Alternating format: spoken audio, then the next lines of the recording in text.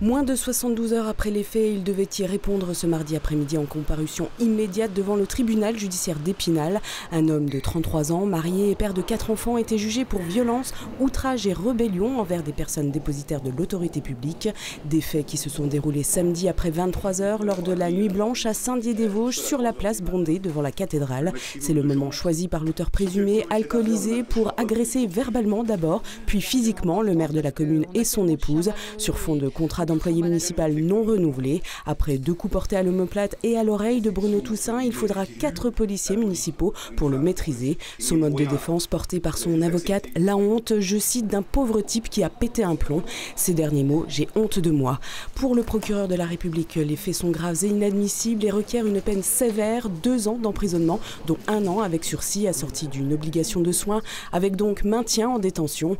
L'avocate du prévenu a dénoncé, elle, une peine d'élimination sociale, alors que son client, qui a 2 mentions à son casier judiciaire pour des injures et outrages alors qu'il était mineur, est en pleurs depuis les faits et a produit des lettres d'excuses au maire, à son épouse et aux policiers municipaux.